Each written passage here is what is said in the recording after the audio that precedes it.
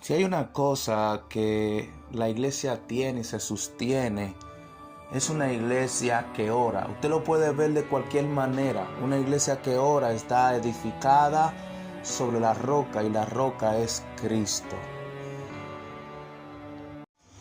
En muchas ocasiones nosotros no sabemos cuál es la voluntad de la oración, porque algunas veces oramos con la carne y no nos damos cuenta que estamos orando con la carne.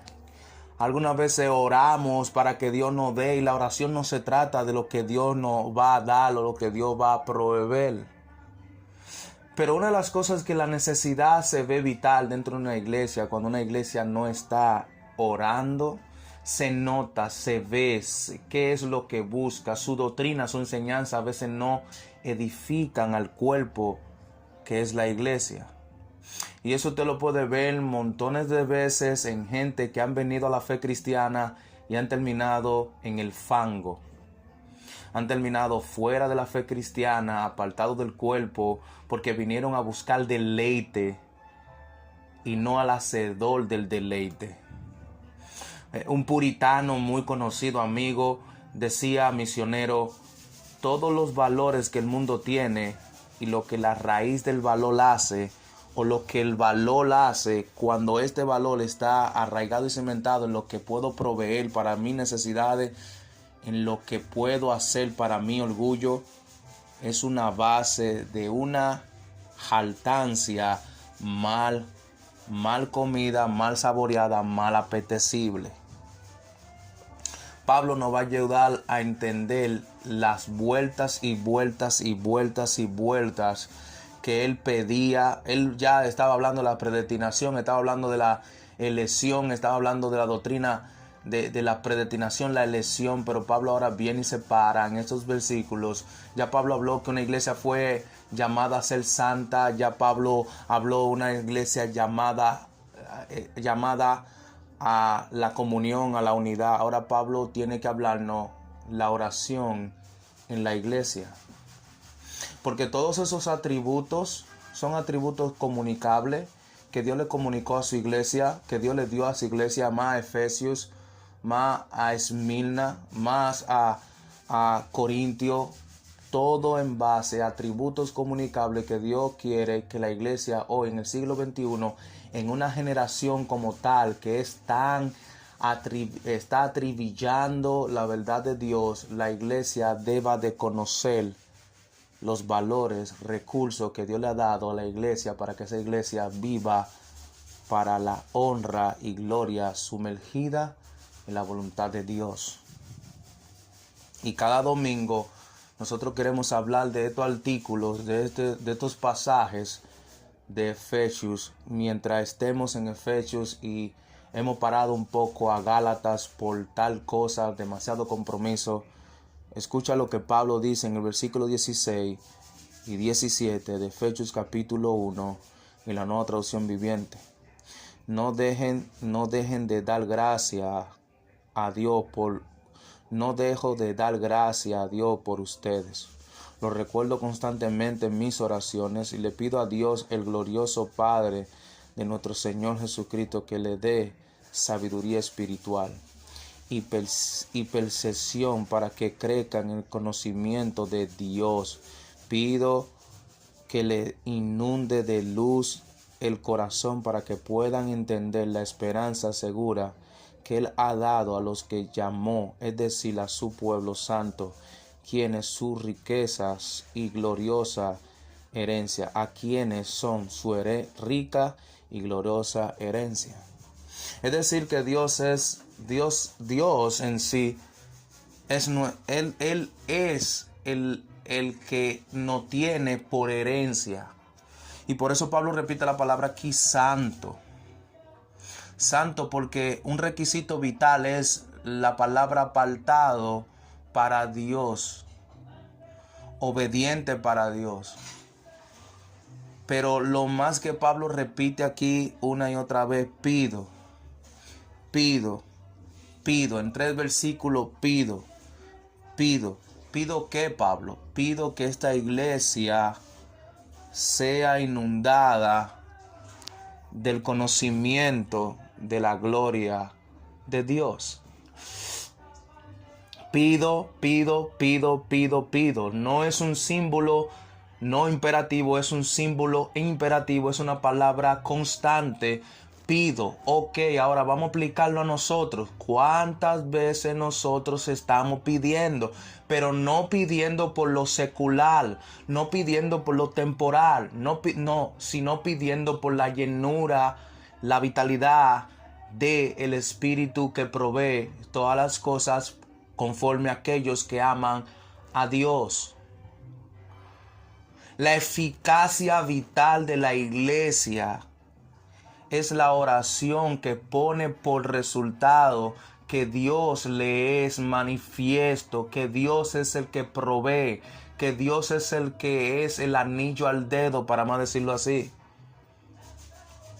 Francis Seymour Duman, unos conocen, otros no lo conocen por sus manuscritos, pero él decía rotativamente en su escritorio cada vez que se sentaba de una iglesia anglicana para escribir métodos de la oración en su iglesia, y él decía: no hay método alguno que subraye una eficacia vital, que la iglesia esté persiguiendo lo mismo, y esto es la preparación de oración constante para que Dios sea manifestado en el cuerpo pastoral, en el cuerpo liderazgo, porque la batalla es por los líderes, como decía Thomas Truman. Hermanos, los líderes en la iglesia, los pastores en la iglesia, aquellos que tienen posiciones en la iglesia, son hombres débiles que están en guerra constante, porque Satanás quiere el alma de aquello, lo quiere extraer a su mentira, a su falsedad. ¿Y sabe cómo usted puede ayudar a esos hermanos de la iglesia? En la oración, porque no hay oración que no sea respondida, siempre y cuando sea oración del corazón y no de los ídolos. Y por eso yo he titulado esta sesión la eficacia de la oración en la iglesia. Porque lo mismo que Pablo pide aquí, nosotros tenemos que pedirlo. Número uno, Pablo pide ¿qué? Pablo da gracia, ¿por qué? Pablo da gracia por los efesios. Ahora, ¿por qué da gracia? Para que constante, lo llevo constante, me recuerdo constante de mis oraciones. ¿Pero para qué, Pablo? Bueno, para que Dios, el glorioso Padre, nuestro Señor Jesucristo, le dé sabiduría espiritual. Ahí está, subraya la palabra, le dé sabiduría espiritual, sabiduría espiritual. No sabiduría humana, no sabiduría carnal, no sabiduría, no, sabiduría espiritual, como Pablo dice en Corintios. No vine a ustedes a traerlo, a predicarle con sabiduría humana, sino con la revelación del Espíritu de poder y de verdad, para que vuestra fe no esté fundada en la sabiduría de los hombres, sino en el conocimiento de Dios. Todo el anclo, todo en base a la postura espiritual. Siempre la postura espiritual pondrá claro lo que quiero, lo que tengo, lo que puedo llegar a ser. Eso es lo que Pablo dice que la sabiduría espiritual hace. ¿Qué es lo que hace? Te da una vida de oración. La sabiduría espiritual no está buscando otra cosa que no sea la oración. La sabiduría espiritual es discernir bien, vivir a la manera del modelo de Cristo, evidenciar que tengo a Cristo y que mi vida espiritual refleje que eso que yo pido no es para esta tierra, porque esta tierra será desvanecida. Yo tengo que pedir para que la iglesia, y los que están en la iglesia deben de pedir por mí, para que yo crezca en conocimiento, en gracia, en amor y en el poder del Espíritu. Toda la conclusión, escucha este artículo que lo estoy leyendo desde la semana pasada, hablando de la voluntad de la gracia y la operación del Espíritu. Un artículo que el seminario de John MacArthur, el Martin Seminary, lo ha publicado en sus blogs. Y el escritor es un pastor que es metodista, de una iglesia metodista en los Estados Unidos. Y él dice: La gracia y el alma son dos cosas muy claras a la hora de definir a Cristo. El alma no sea pasiva de sí misma, porque la gracia no provee lo necesario siempre y cuando estemos de conforme con un valor más alto de la gracia o la oración. En esta es una suministración solo del Espíritu. El Espíritu da abundante gracia y esperanza al corazón afligido, pero el corazón afligido siempre suele hacer de él mismo algo que le satisfaga más, porque ve a algo que puede tocar al que no ve el cual lo está tocando. Dicho de otra manera, este corazón afligido siempre busca la manera de permear o tener más satisfacción en lo que ve, lo que puede tocar, no más bien al que es invisible y puede hacer y deshacer con el alma que provee la gracia, el alma que tiene la gracia. Siempre que Dios, hermanos, esté más invisible a nuestras peticiones o lo más apetecible, nosotros vamos a buscar, el corazón va a buscar satisfacción en cosas que puede tocar y no al Dios que puede saborear, amar y comunicarse con esa criatura. Ese Dios se comunica con esa criatura, pero la criatura no quiere lo tanto comunicarse con ese Dios porque no lo ve así. Porque no lo puedo tocar, no lo puedo saborear, no puedo ir al súper con él. Pero él está ahí, ese Dios está ahí y el corazón busca otra satisfacción. Mira, te lo voy a poner de otra manera. Una iglesia que está constantemente en oración será una iglesia que su corazón estará en lo que Dios planea para tiempos venideros.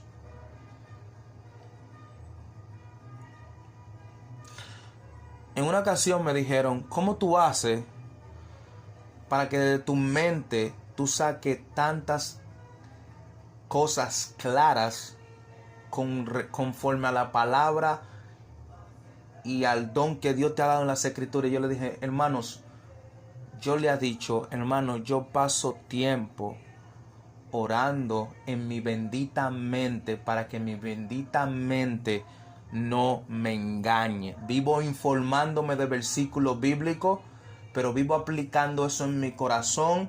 Lo dije en una sesión pasada, creo, o antepasada. Yo tengo un espejo que me vivo mirando y diciéndome, yo soy lo tan bueno que soy, porque yo lo que sé que soy malo de verdad. Hermano, la iglesia está ceñida, cimentada y anclada cuando la iglesia sabe administrar la oración bien a Dios. Dios no está interesado cuando eso sí es bueno. Escucha bien, Dios no está interesado cuando eso es bueno, sí, lo sabemos, en tu bendito logro, en mi bendito logro. Dios quiere una iglesia y está buscando iglesia donde su poder, donde su voluntad sean en la dirección de la oración que Él le pide a su iglesia. ¿Y cuál es la oración que Él le pide a su iglesia? Padre, santifícalo en la verdad. Tu palabra es verdad. Padre, que el amor de Dios abunde no solamente en conocimiento, sino también en ciencia y en sabiduría, para que sepamos cuál es la anchura, la longitud, la altura, la profundidad del conocimiento de Dios. Bingo. Por eso Pablo habla de la sabiduría espiritual y él le pide, y en el 17 él dice, le pido a Dios, el glorioso Padre, nuestro Señor Jesucristo, que le dé sabiduría espiritual y percepción y precisión para que crezcan en el conocimiento de Dios. En el 16 en el 17 hay imperativo, pido que sabiduría espiritual a quien, a mi glorioso Padre. ¿Cuál Padre? El Padre de nuestro Señor Jesucristo, sabiduría espiritual. Lo llevo constante en mis oraciones. ¿Pero para qué? Para que el amor y la gracia de Dios en esa sabiduría espiritual en la iglesia se lleve a cabo. Ahora, la palabra que uso es ahí, la oración en la iglesia. La iglesia debe de tener en su mente clara, en su corazón claro, en su corazón y su mente clara esta oración. No pida solamente para que Dios supla necesidades, porque se va a volver como el evangelio de la prosperidad. Pida para que Dios le dé sabiduría espiritual. ¿A quiénes? A la iglesia. Para que la iglesia entonces tenga bien claro que lo que va a administrar es los atributos y la voluntad de Dios en un mundo oscuro, en un mundo caído. No pida, no, Señor, aleluya, hágase tu voluntad, dame esto, necesito lo otro. Y entonces, ¿y Jesucristo qué?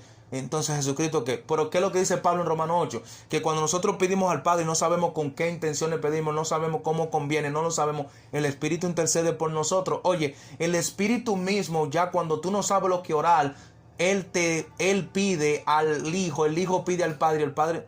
Entonces es una realidad de que la oración es el modelo, el motor de arranque, la existencia, el combustible para que nosotros vayamos en el camino de la luz.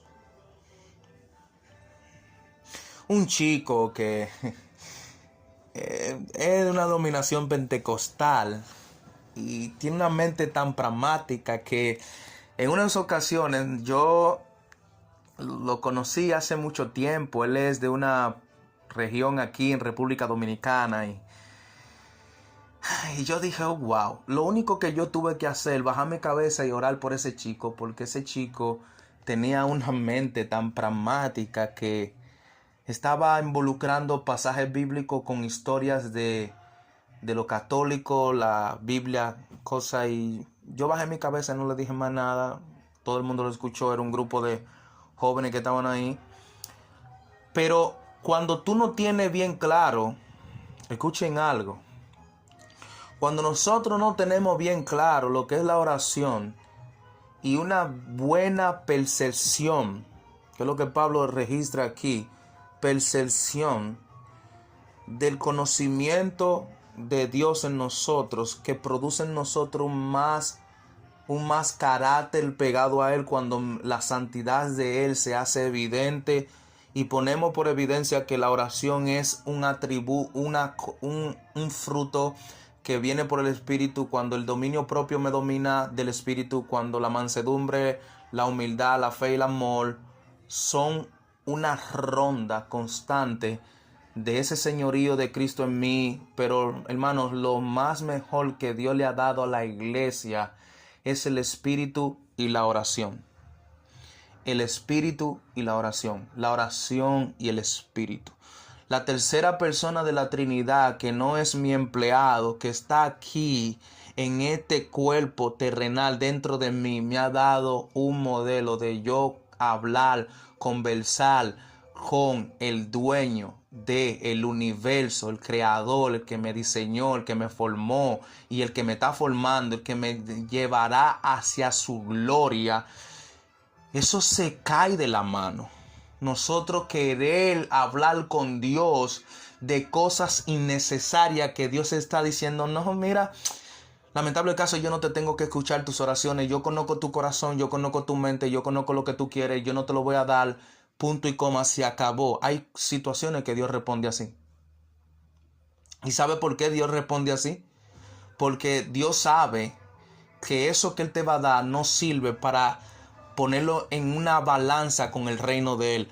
Todo lo que Dios está buscando hoy en día son personas de oración, comunión, unidad, santa, apartada dentro de la iglesia, para que la iglesia entienda que pasando por ese filtro nos vamos a encontrar con ese Dios que lo que quiere es lo mejor para nosotros, porque Él es el dueño de la historia, el que diseñó la historia, el que está proveyendo para su historia, el que va a determinar un plan, el que tiene un remanente santo, elegido, apartado, y que ese Dios volverá y quiere una iglesia que siga orando, pero no para las cosas de este mundo, sino para las cosas del mundo venidero, como